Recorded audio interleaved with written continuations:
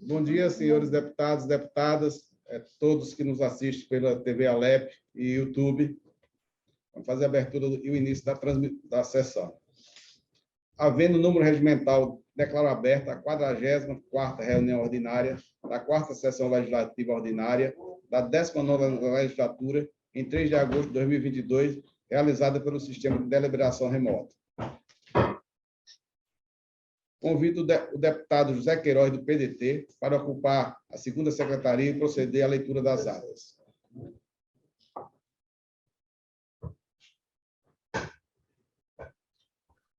Bom dia, nobre deputado Antônio Fernando, o Araripe estratificado em pessoa, meu líder, grande prefeito do Recife, João Paulo, onde anda Tony Gel, com as suas músicas de Luiz Gonzaga e sua homenagem de ontem muito oportuna.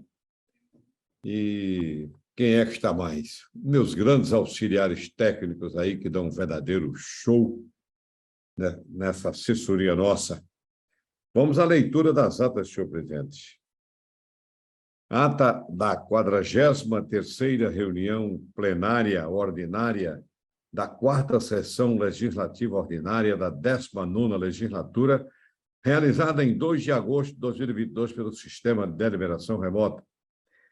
Presidência do deputado Antônio Fernando. O presidente abre a reunião e designa os deputados Tony Gel e José Queiroz para a 1ª e 2ª secretarias, respectivamente. As atas das reuniões do dia 1 de agosto do corrente ano são lidas e submetidas à discussão e à votação, aprovadas e enviadas à publicação. O expediente é lido e enviado à publicação. O presidente registra o recebimento em nome da Assembleia Legislativa de uma medalha em homenagem ao bicentenário do nascimento do Barão de Exu. Discussam no pequeno expediente os deputados José Queiroz, Altino Nascimento e Tony Gel.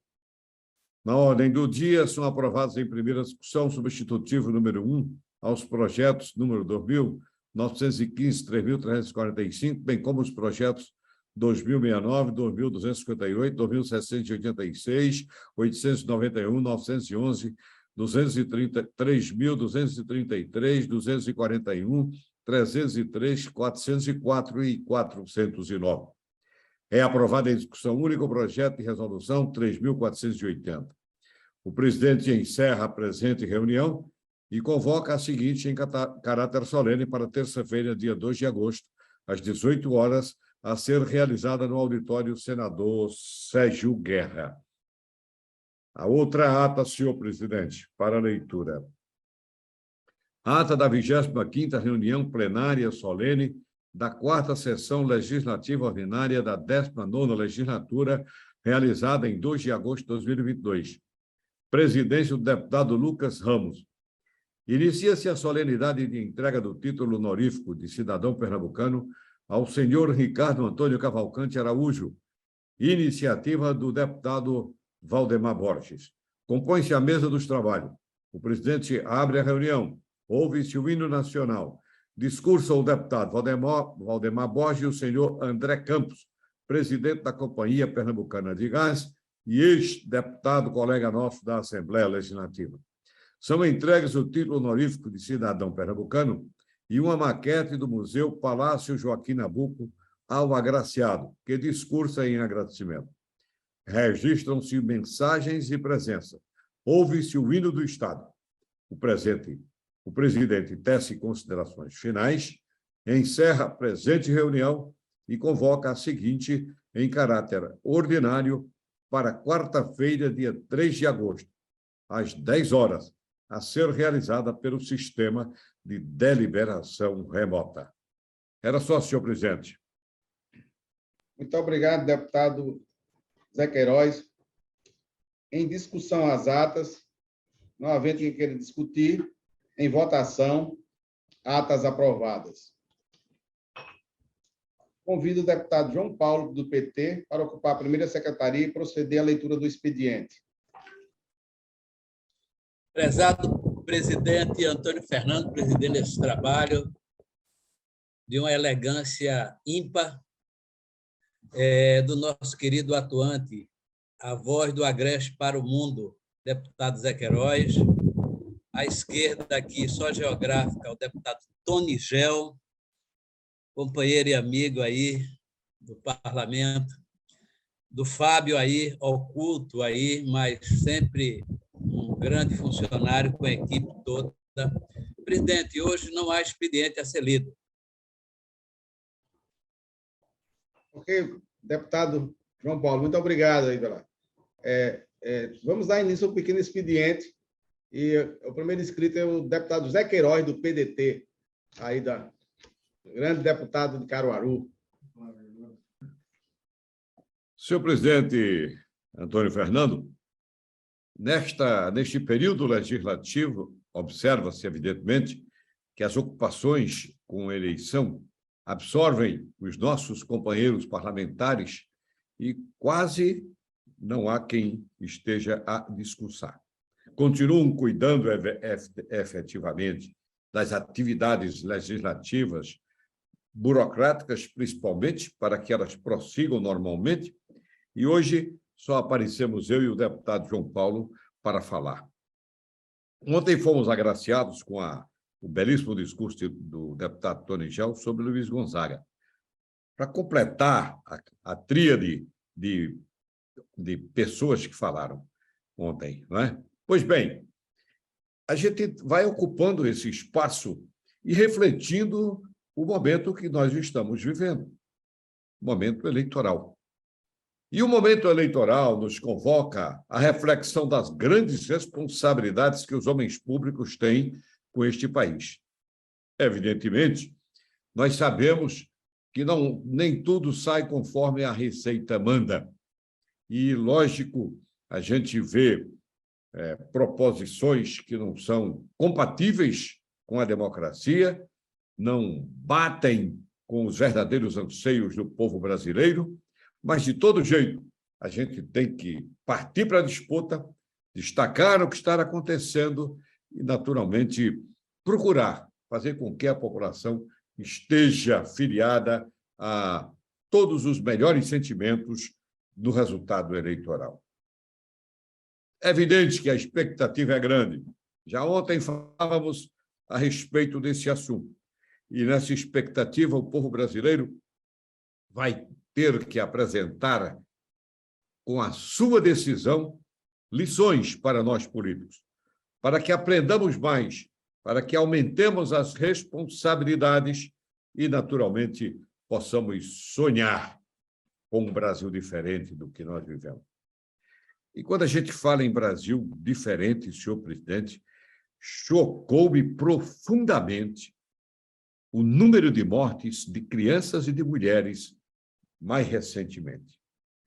Crimes bárbaros, absurdos, que batem no coração. Crianças de 8 anos mortas, provavelmente por um feminicídio juvenil. Crianças de 10 anos também violentadas. A gente se pergunta até onde vai o ajuste de conduta destes marginais para evitar que aconteça mais e mais ainda crimes dessa natureza. Tem nos chamado a atenção esse volume de crimes acontecidos, essa violência que se espalha no Brasil, ao invés de se conter, ao invés de ter índices que pudessem mostrar que o nosso grau de civilidade progride. E assim vamos, enfrentando este Brasil desajustado, né, deputado João Paulo? Bem desajustado, precisando de uma nova direção, precisando de um tirocínio público que nos alente com um futuro melhor para o nosso povo. Principalmente este povo sofrido que espera dos governantes providências compatíveis com o mínimo de dignidade humana. Mas não é só por aqui que as coisas acontecem de forma que traz apreensão. Se a gente olhar no contexto internacional, os Estados Unidos, a vice-presidenta vai visitar Taiwan, sabendo que isso é uma provocação, assim entende a China. Eu não vou dizer que é provocação, mas a China entende uma provocação. Cria uma situação, um estágio assim de insegurança, como se pudesse acontecer o pior. ou seja, que dali partisse uma guerra nuclear. Não, não vai. A população amadureceu, os seus dirigentes sabem que não pode acontecer uma guerra nuclear. Agora mesmo está havendo um seminário internacional onde nós temos as grandes potências envolvidas para discutir exatamente o uso de armas nucleares. O uso não, é até a regulamentação de como tê-las. E eu escutei algo interessante. O presidente Putin da Rússia declarando que numa guerra nuclear não haverá vencedores. É evidente. E por que não haverá vencedores? Nós não teremos, senão, escaramuças, ameaças. Felizmente, porque com a força e a potência e o aperfeiçoamento das armas, a gente, infelizmente, só faria assistir à trágica destruição do planeta Terra. Ou seja, enquanto estivéssemos vivos, esperando a nossa hora. É evidente, senhor presidente, que a gente sai procurando, assim, uma cursa de retalho para falar e comunicar as coisas do nosso sentimento, das nossas observações, entendendo que nesta luta é que nós devemos ir. Agora, em relação ao Brasil, eu estou consciente, convicto, de que a maioria da população brasileira quer paz, que a maioria da população brasileira tem um sentimento de solidariedade para que a gente dê a mão ao nosso irmão, para que a gente possa dizer que uma administração nacional está voltada para as causas sociais mais profundas, que se preocupe com o saneamento básico, acabando com essa miséria de doenças que a falta de saneamento espalha. Que tenhamos mais casas populares, que, enfim, possamos ter mais empregos gerados por políticas públicas corretas. Haverá de vir, eu não tenho dúvida. Alimento no meu coração um sentimento elevado de que, neste ano, as eleições apontarão para o Brasil esta oportunidade de sorrir e comemorar paz, progresso e justiça social. Era só, senhor presidente. Muito obrigado, deputado Zé Queiroz. E o próximo inscrito no pequeno expediente é o deputado Tony Gel, do PSB. Meu amigo Tony. Estimado presidente, mais uma vez, o Agreste se encontra com o sertão do Araripe. Grande abraço. Já ouvimos aí a análise do deputado José Queiroz, né, pertinente. O mundo, faço um preâmbulo aqui antes do meu pronunciamento, senhor presidente. O deputado Zé Queiroz tem razão. O mundo passa por um momento, né, que é preciso ter muito cuidado. Para se começar uma guerra, basta um tiro para cima. Aí depois aí vem as consequências. Não é?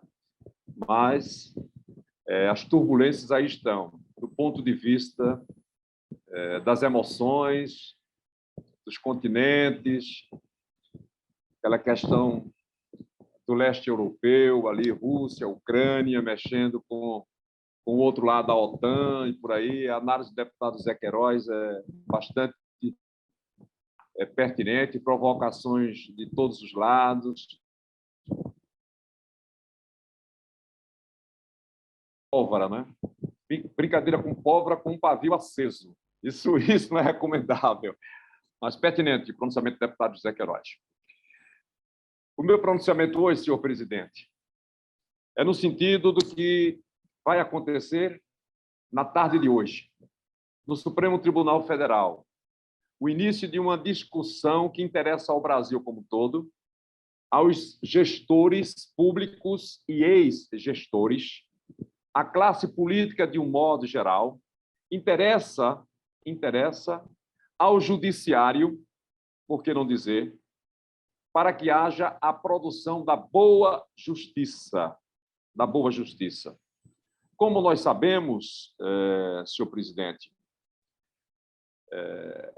até o ano passado, dia 25 de outubro de 2021, quando foi sancionada a Lei 14.230, que é a nova lei de improbidade administrativa vigia, portanto,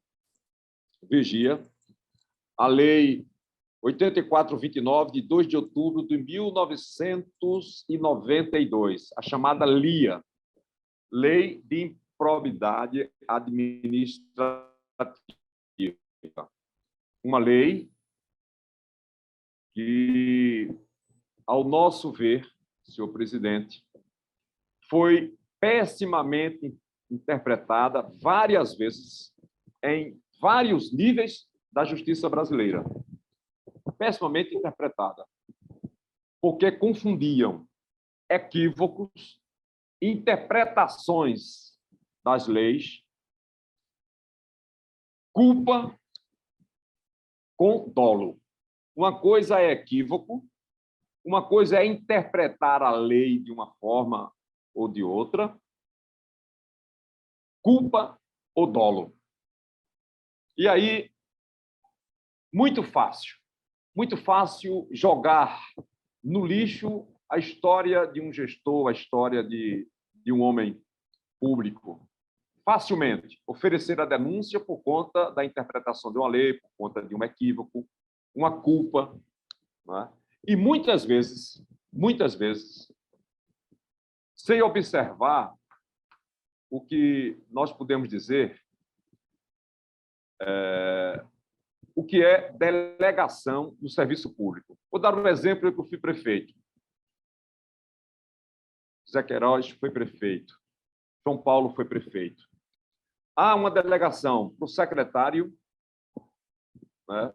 Do secretário vem o diretor, tem a comissão de licitações, né? Você tem uma procuradoria, você tem uma assessoria jurídica e, de repente, na ânsia de atacar o político, o líder político, muitas vezes se passava por cima de tudo isso para também denunciar o gestor.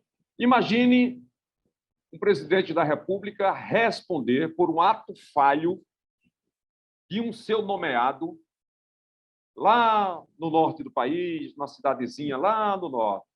O cidadão lá cometeu um ato de improbidade administrativa e aí só porque ele é um servidor federal e foi nomeado pelo presidente da República, o presidente da República é responsável por todos os atos dele. A lei de improbidade administrativa, para os pequeninos, para os prefeitos especialmente, né?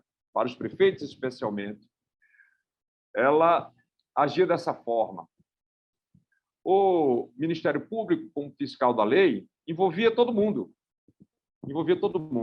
O artigo 10 da Lei 8429, né, era usado à vontade para imputar aos gestores, né, aos prefeitos, especialmente, e servidores públicos com responsabilidade, com autonomia administrativa e financeira, etc., dos órgãos, né, para atingir aquela figura pública, entendeu? Sem medir as consequências. O que é pior, deputado José Queiroz, o que é pior, doutor deputado Antônio Fernando, deputado João Paulo, o que é pior, né? Sem limite, sem prescrição. O processo corria ad eterno. Há casos de 93, 94, 95, 96, 97, sem solução, não se resolve. Imprescritível, sem solução. A lei interpretada com uma maldade, muitas vezes, terrível. O que propôs, portanto, e que se transformou em lei, o Congresso Nacional? A mudança. E aí, com o advento da Lei 14.230, de 25 de outubro de 2021, né, o que vale é a intenção deliberada de cometer o ato falho. Porque o que é improbidade administrativa? resumindo aqui facilmente, qualquer tipo de vantagem, né, que o gestor tira daquele cargo para enriquecimento ilícito, para levar vantagem, não é, por conta da força do cargo, seja de prefeito, de governador, de presidente da República, seja diretor, seja ministro, seja o que for. Aí, de repente, tem uma lei ali, você interpreta e toma uma decisão. Não há dano ao erário, não houve enriquecimento ilícito, mas simplesmente o Ministério Público, né, ou alguém que denuncia, enfim, interpreta de que houve um interesse ali em agir daquela forma. Ora, nós sabemos que há muitos equívocos em algumas decisões do Judiciário, né, por conta de interpretação. Aliás, nós aprendemos desde pequenininho, né, hoje já se sabe o que é quando a senhora está grávida, já se sabe se vai ser menino ou menina com antecipação por conta do exame de ultrassonografia. Mas se dizia antigamente, no popular, lá no Araripe, também no Agreste, olha, de barriga de mulher e de cabeça de juiz, nós não sabemos o que é que vem. Da barriga da mulher não se sabe se vem menino ou vem menina, né? E da cabeça do juiz não se sabe a decisão. Porque é uma decisão que vem do livre-arbítrio daquele magistrado de interpretar a lei e dizer, não, eu entendi dessa forma. E o juiz não é condenado por isso. Muitas vezes está claro para todo mundo, né, que a lei manda ser de uma forma e a interpretação dele foi de outra. E o juiz não é punido por isso. Não é? Então, ele está ali salvaguardado, né, obviamente, pela função dele de tomar aquela decisão. Mas as interpretações da Lei de Improbidade Administrativa, a LIA, de 1992, em muitos casos, era uma interpretação abusiva, realmente. Tudo ia para ali para a questão do dolo, sem haver dolo, em muitos casos.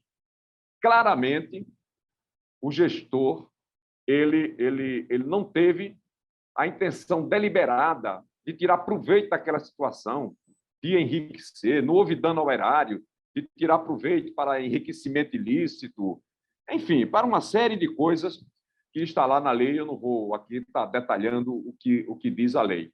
Então, o que o Supremo Tribunal Federal vai julgar hoje não é se muda a lei que foi aprovada pelo Congresso Nacional, agora, a 14.230, de 25 de outubro do ano passado. Não é mudar a lei, porque quem legisla é o Congresso Nacional.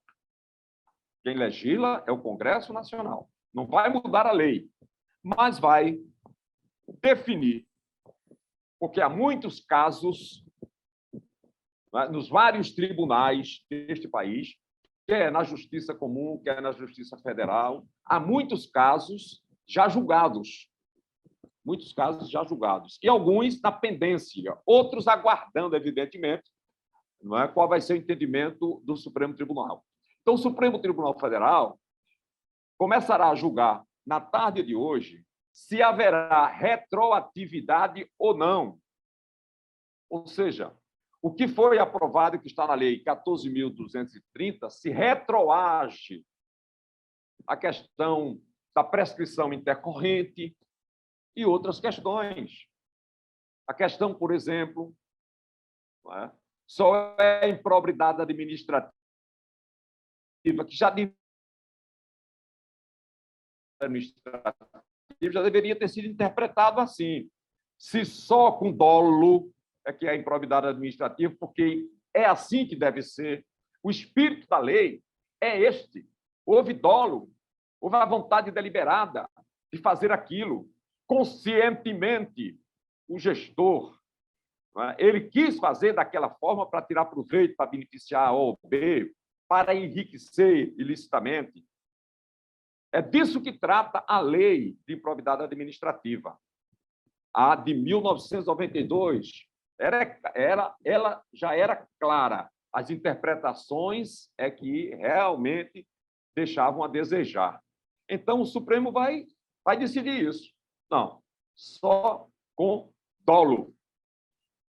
Interpretações, equívocos, culpa, Nada disso é improbidade administrativa. Agora, a grande imprensa, obviamente, também tem suas razões, tem analisado que vai beneficiar uma série de gestores pelo Brasil afora, porque se locupletaram, realmente passaram o pé pela mão, houve enriquecimento ilícito. Eu não culpo a grande imprensa, não, porque esses casos, sim, também aconteceram. Também aconteceram. Também aconteceram. Mas não dá para generalizar. Não dá para generalizar. Não dá para generalizar. Há histórias de homens públicos de 30, 40, 50 anos na vida pública, e com tantos mandatos, e que foram testados várias vezes nas urnas pelo seu povo. O povo que lhe conhece de perto, Todo mundo sabe a história de muitos políticos. Não vou falar de mim, eu posso falar de outros, citar vários exemplos. Pois não. A gente aí, seu vídeo que desapareceu, está só o áudio. O vídeo saiu. Está só o áudio. Veja aí. Agora, voltou. Vossa Excelência é um sertanejo muito atento. Não é só olhando para o céu se vai chover ou não. Não é saber se deve iniciar o plantio ou não. Vossa Excelência está atento a tudo. Obrigado, sertanejo do Araripe. Então, há muitos exemplos neste país, políticos que foram testados nas urnas com muitos mandatos, quer no executivo, quer no parlamento, e por onde esses políticos passaram, deixaram um rastro de respeito, de dignidade, de cumprimento do dever, e que não enriqueceram por conta da missão de ser político, de representar o seu povo, de governar o seu povo. E muitos foram machucados, né, por uma interpretação perversa de alguns. Não é? Então, é preciso ter cuidado e o Supremo, tomara que corrija mesmo. Nós somos a favor de que a coisa pública deve ter zelo, de que o gestor deve ser zeloso, de que a administração tem que ser voltada para servir e servir bem, não é, o povo brasileiro, nos 3 níveis, na União, nos estados, nos municípios. Isso sim, tá? Mas a lei não pode ser um chicote permanentemente na mão de quem busca vingança, de quem busca perseguir, de quem busca acabar com carreiras políticas de homens públicos respeitados. Não é? Um detalhe aqui, ali, não é? Alguns se pegam, não é? Há uma falhinha aqui, outra falhinha acolá do processo, não é? Onde não houve dolo, sequer houve culpa. O que houve foi apenas um equívoco, uma interpretação aqui e acolá, um entendimento diferente, né? E condenar ad eterno, não é? Um homem público. Então, eu não tenho nenhum receio de fazer esta defesa aqui, não é? De que haja retroatividade para corrigir uma série de equívocos que foram cometidos, de interpretações, não é? Sem o devido cuidado, sem aprofundar o estudo da matéria, e aí não, denuncia fácil.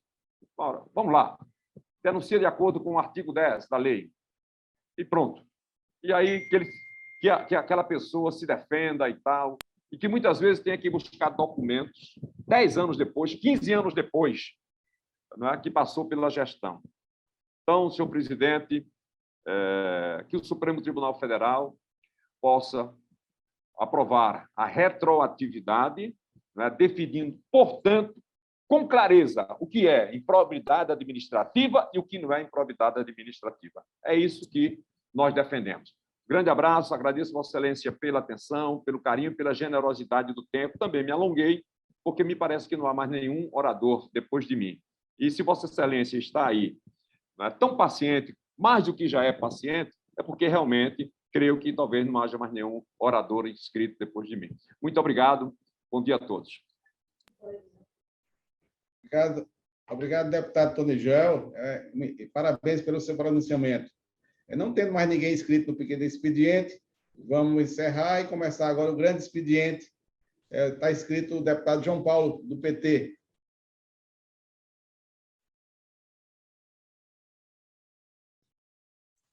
Bom dia, presidente Antônio Fernando. Sempre com esse padrão aí. Os queridos deputados Zé Queiroz, Tonigel, parabenizando os dois pelos dois pronunciamentos.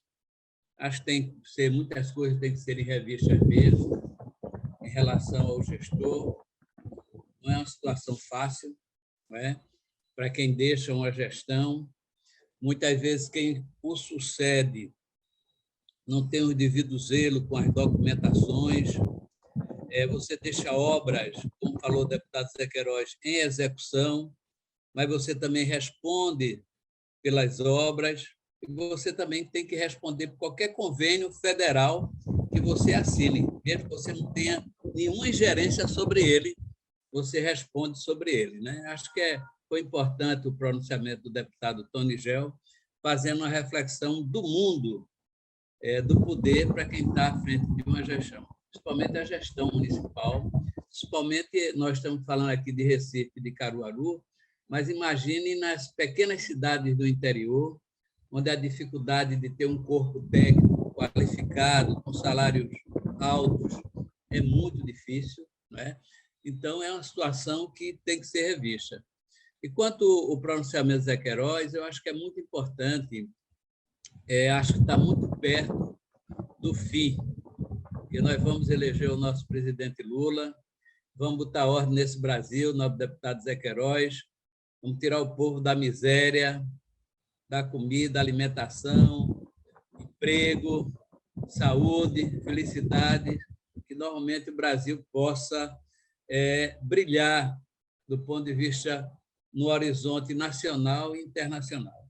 Dito isso, presidente, eu quero só lembrar que eu estava numa viagem internacional, estive na cidade do Porto, em Portugal, e queria chamar a atenção dessa casa para a inauguração do Instituto Pernambuco Porto, não é?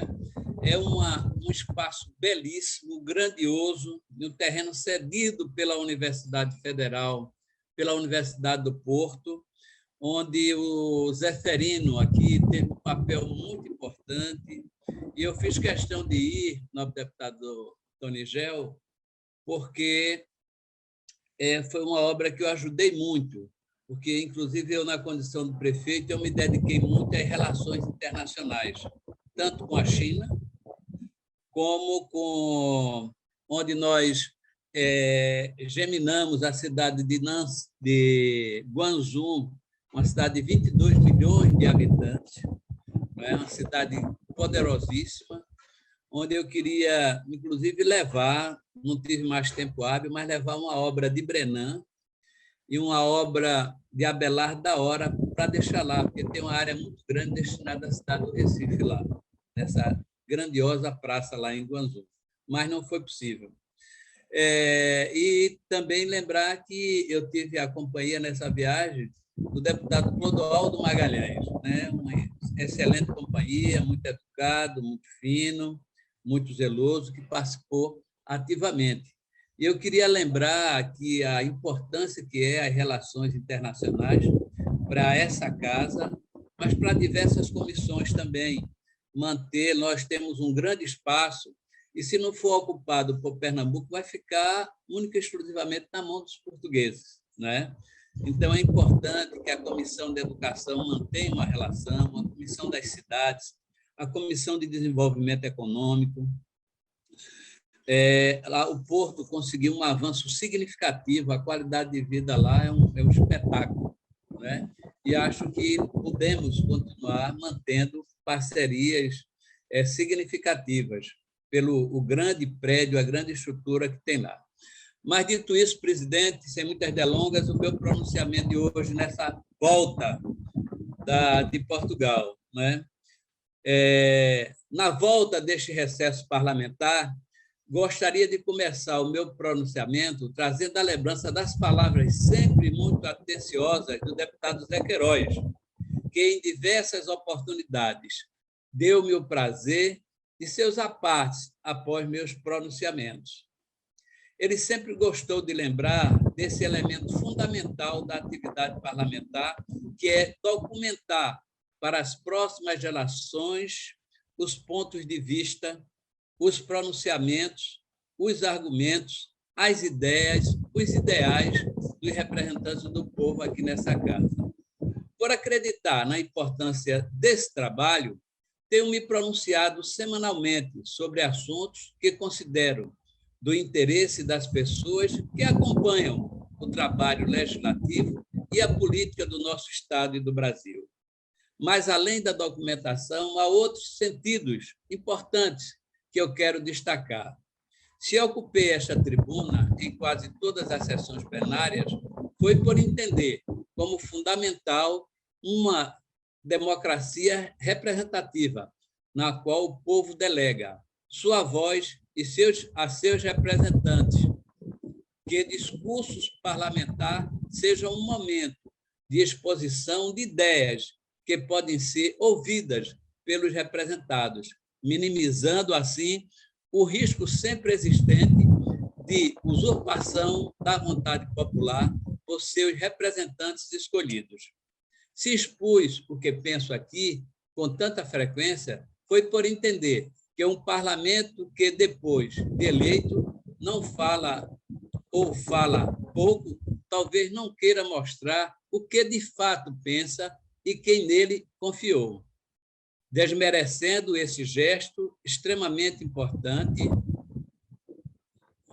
de autorização da fala em seu lugar, que lhe foi dado através do voto.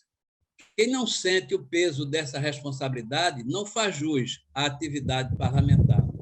Fiz dessa tribuna, por conta dessa consciência, ao me colocar ideologicamente e politicamente um lugar de expressão de ideias, de disputas argumentativas nos debates, de prestação de contas à população, de protesto e indignação. Além disso, mobilizei as ferramentas da reflexão crítica para expor, da maneira clara e contundente, a tragédia gestada pelo governo bolsonarista em seu obscurantismo violento e fascista. Entre os mais de 300 pronunciamentos que eu fiz nessa casa, de 2019 para cá, fiz reflexão severa e aguda contra um governo do qual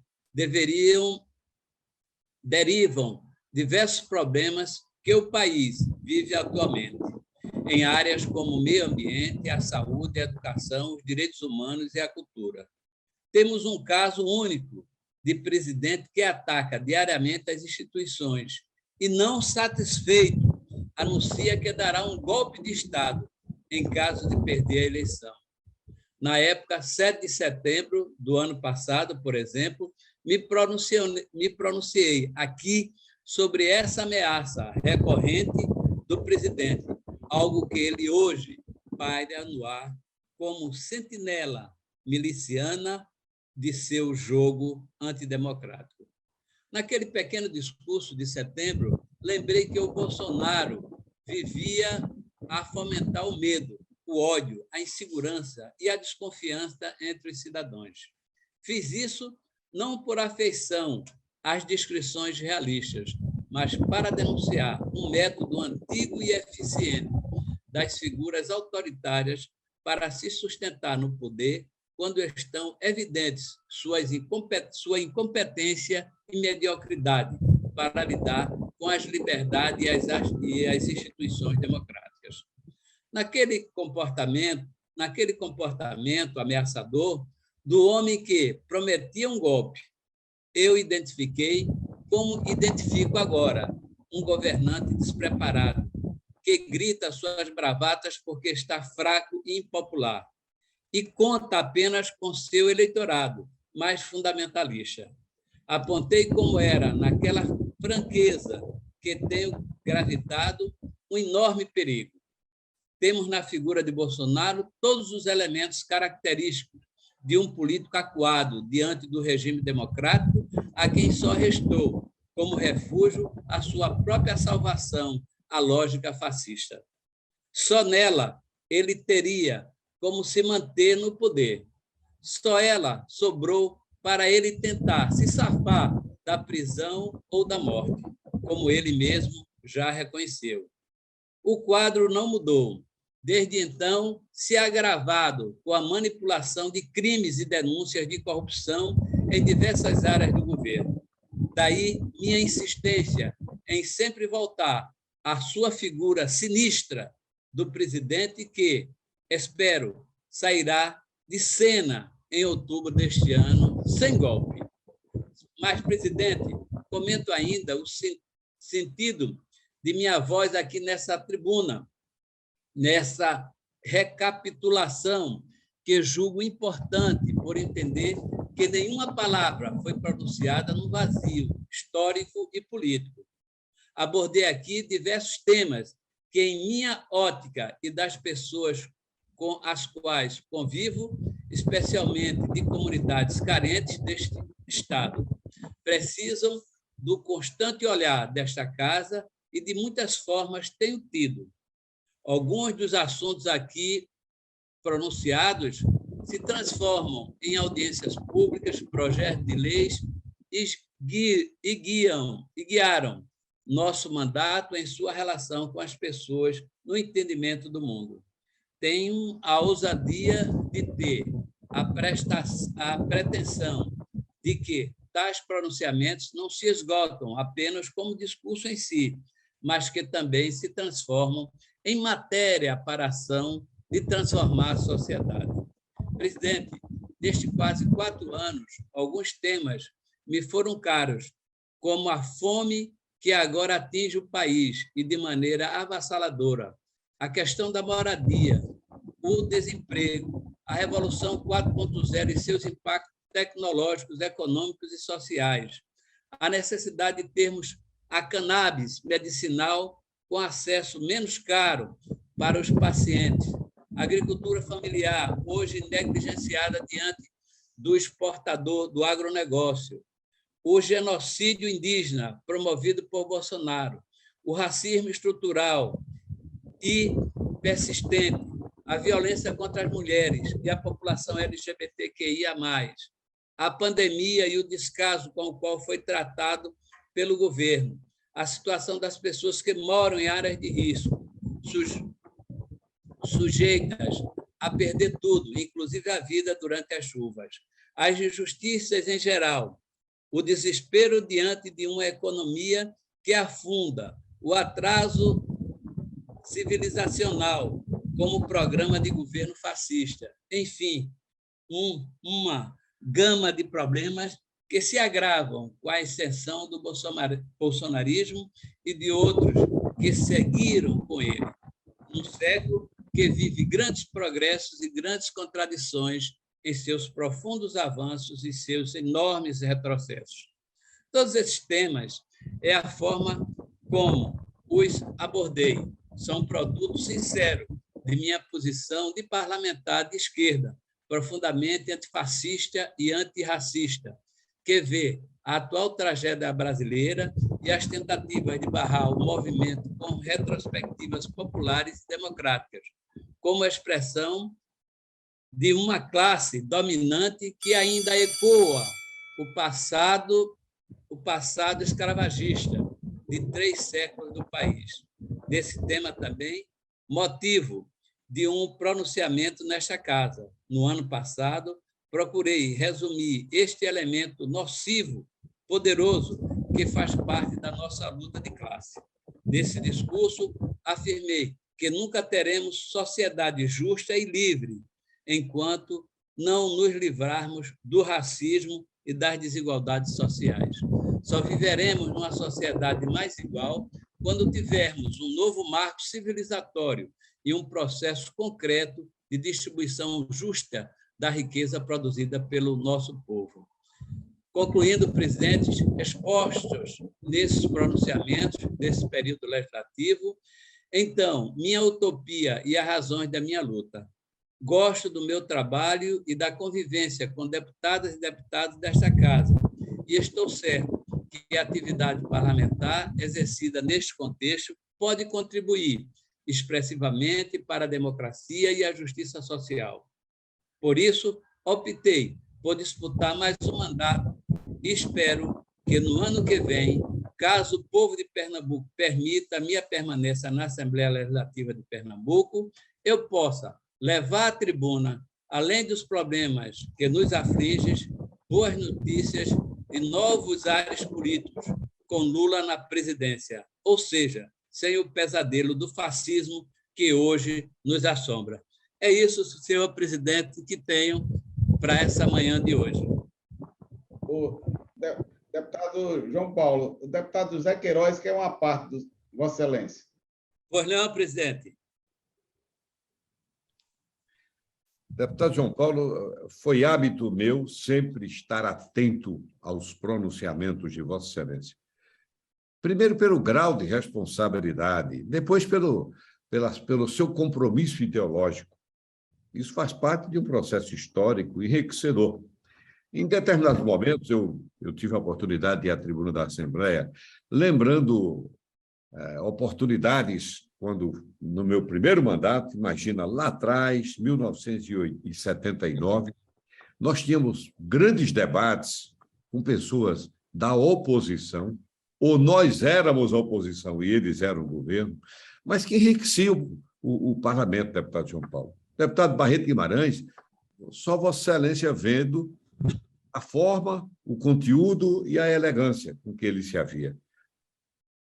Nós tínhamos um grupo de deputados de governo que eram dignos de nós debatermos.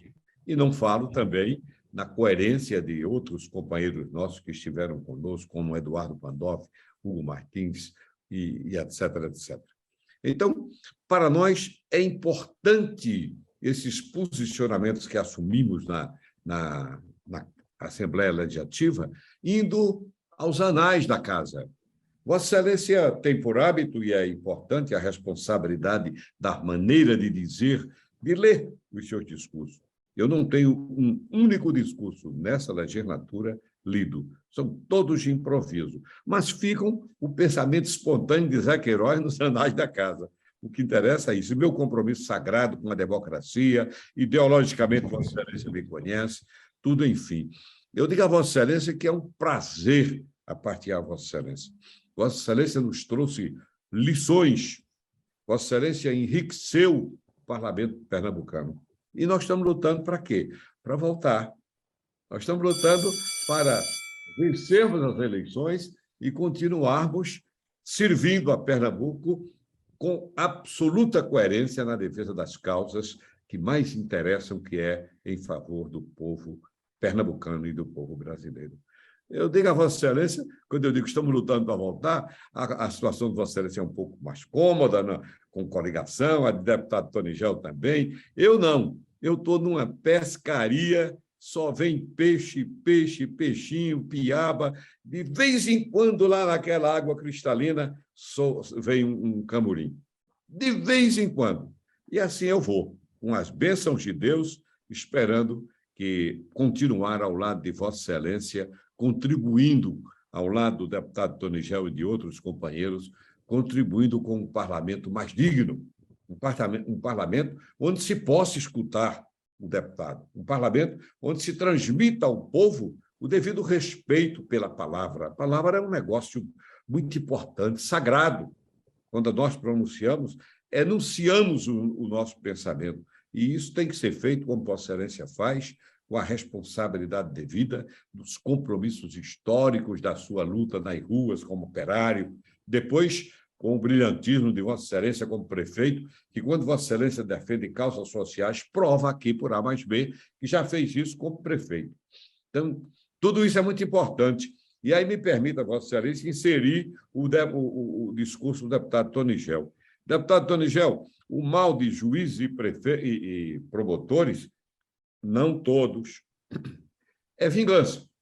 É querer ser o algoz, é querer julgar pela sua cabeça e não pelas leis. Por exemplo, tentar retroagir uma lei para prejudicar é princípio de direito, não pode, mas tem, como tem. Então, eu fico solidário com as manifestações de Vossa Excelência de hoje, do julgamento que vai acontecer no TSE. Hoje, às 8 da manhã, eu falava com um brilhante jurista de Brasília, e ele me dizia que aquilo que Vossa Excelência já falou, cabeça de juiz, ninguém sabe, mas há um clima favorável à retroatividade da lei, o que vai ser um avanço significativo, exceto aquelas citações que Vossa Excelência fez de pessoas que, na verdade, se locupletaram, mas que ninguém evita que tenha, entre todos, alguns que não correspondam exatamente a esses anseios do compromisso público com a função que exerce. Deputado João Paulo, vou continuar aqui vigilante com os seus discursos. Coisa boa, a gente poder dialogar, eu vou enriquecendo mais, vou dando uma contribuiçãozinha modesta, o deputado Tonigel, por outro lado, vai dando a sua contribuição poética, que ele gosta muito desse ramo de versos e prosas, e a gente vai sustentando esse parlamento com muita alegria. Veja, está todo mundo por aí afora viajando, atrás, pescando, não piaba como eu, pescando tubarões para a eleição. Eu vou continuar pescando minhas piabinhas no tempo que tenho e pedindo a Deus que me ajude, que na soma da pescaria eu possa voltar no próximo ano para estar ao lado de Vossas Excelências. Somente um abraço para Vossa Excelência. Eu incorporo. Obrigado, deputado Zé Queiroz. João Paulo, tem uma parte também, um pedido de aparte de Tonigel. Eu não vi, desculpe-me. Desculpe-me. Mas eu ia falar nele, já estou preparado para falar nele. Tonigel, vamos lá, amigo. Um prazer imenso poder partilhar com o amigo, o deputado João Paulo. Nós somos prefeitos juntos, não é? Simultaneamente, não é, deputado João Paulo? 2000 e 2004, não é isso? Salvo melhor juízo? De 2000 a 2004 e fui a 2004 a 2008. Pois é. Então, acompanhei a administração de Vossa Excelência como prefeito, o deputado José Queiroz tem razão. Vossa Excelência priorizou os mais humildes, os mais necessitados. Recife continua sendo uma cidade desequilibrada do ponto de vista social, não é? Avançou muito no governo de Vossa Excelência, tem avançado, mas a desigualdade é tanta, né, que há muito por se fazer ainda aqui no Recife. Eu, depois deste preâmbulo que estou fazendo, da época em que Vossa Excelência foi prefeito, gostaria de falar do mandato de Vossa Excelência, né, nestes 4 anos aqui na Assembleia Legislativa. Eu, do fundo do meu coração, posso ter certeza que eu torço pela reeleição de Vossa Excelência, porque a reeleição de Vossa Excelência vai fazer bem a esta casa. Assim também, deputado José Queiroz, eu gostaria de dizer que também torço pela reeleição do deputado José Queiroz, que a reeleição dele, não é, fará bem a esta casa. Então, a reeleição de Vossa Excelência e a reeleição do deputado José Queiroz farão bem a esta casa por conta da assiduidade de ambos, por conta da qualidade dos mandatos de Vossas Excelências. Não há dúvidas que Vossa Excelência cumpre um grande papel, assim como o deputado José Queiroz também, aqui nesta casa.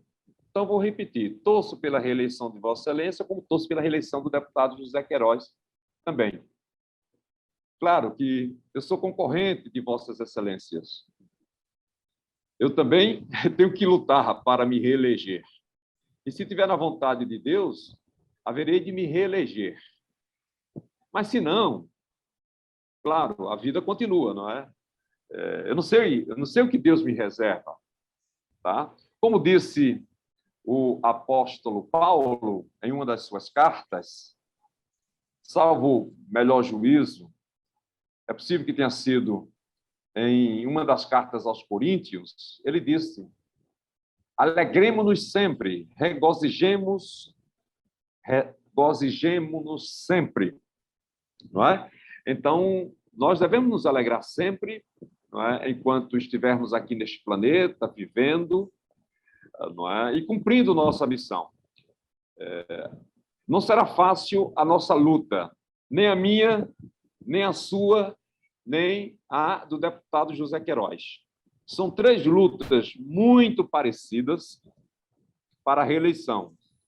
3, cada um com algumas dificuldades, são dificuldades diferentes, mas são dificuldades para a reeleição. Mas como também eu aprendi desde criança, vindo da minha mãe, a quem Deus promete não falta, o que está nos desígnios de Deus, não é?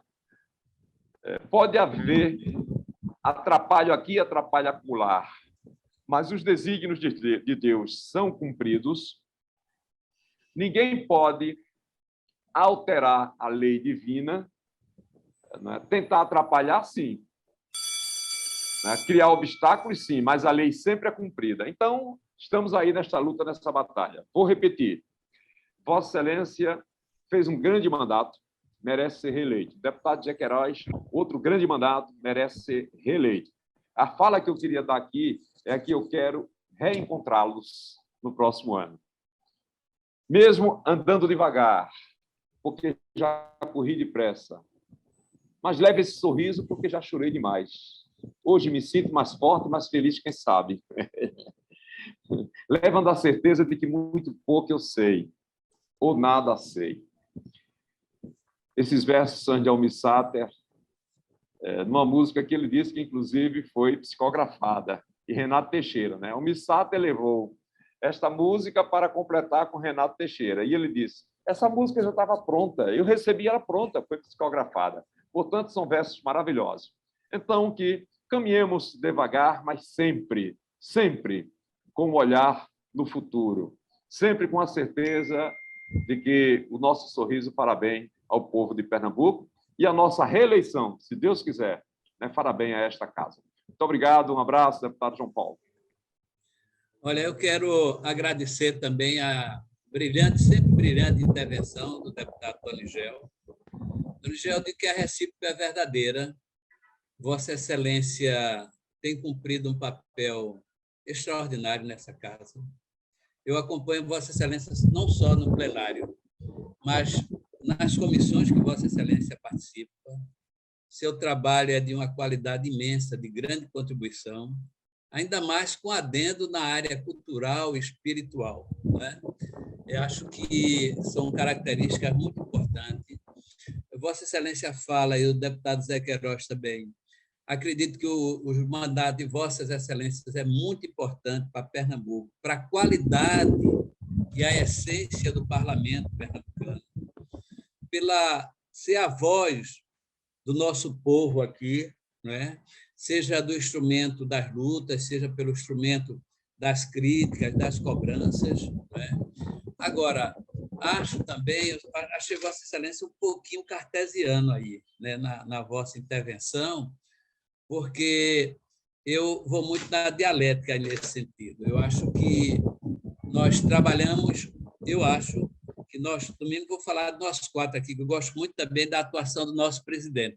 Desde que eu o conheci, Antônio Fernando é uma figura maravilhosa, que também, por diversas condições, né? Inclusive gostaria muito de tê-lo no PT comigo, mas não foi possível. Mas, inclusive, defendi a tese dele entrar no partido, mesmo como concorrente, porque eu gosto da atuação dele.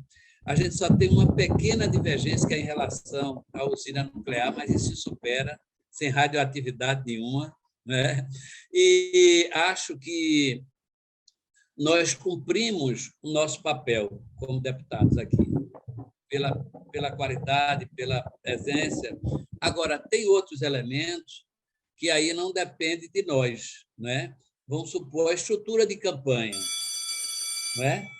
No mínimo, eu tenho muita dificuldade de estrutura de campanha.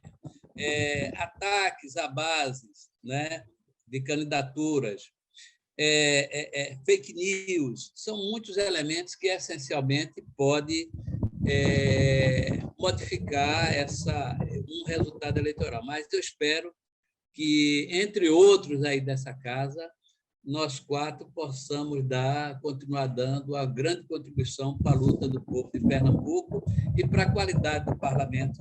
A meu ver, concordo com o deputado Zé Queiroz e com Vossa Excelência, caiu muito de legislaturas passadas para cá, no mínimo desde os meus 3 primeiros mandatos de deputado, inclusive no encontro nessa casa, como deputado também, com o deputado Zé Queiroz. Eu agradeço aí a paciência de vocês, do nosso presidente, elegantíssimo aí, já está em campanha aí, com o paletó aí nos trinques, né? Desejando um bom dia e uma boa semana, final de semana para vocês. A luta continua e vamos atrás de voto, de peixinhos e tubarões, né, Zé Queiroz? Muito obrigado, deputado João Paulo. A gente agradece também a participação do Tonigel, Zé Queiroz, todos esses três, na realidade, abrilhantam muito a Assembleia Legislativa de Pernambuco. Então, é um grande prazer a gente fazer parte e aprender com vocês. Não tendo mais ninguém inscrito, vamos encerrar o grande expediente. Vamos para a ordem do dia. Discussão única das indicações de número 11.218 a 11.239, do requerimento 4.639 a 4.685, todos de 2022, de diversos autores. Em discussão as matérias, não havendo quem queira discutir, em votação, proposições aprovadas. Não tem ninguém inscrito no tempo de comunicação de liderança. Então, encerro a presente reunião e convoco a próxima em caráter solene para hoje à noite, às 18 horas, no auditório Sérgio Guerra, para entrega do título de cidadão pernambucano aos senhores Fernando Santos Andrade Cavalcante e Nelson Williams Fratoni Rodrigues, de autoria dos deputados Antônio Fernando e Manuel Ferreira, respectivamente. Muito obrigado a todos. Um grande abraço.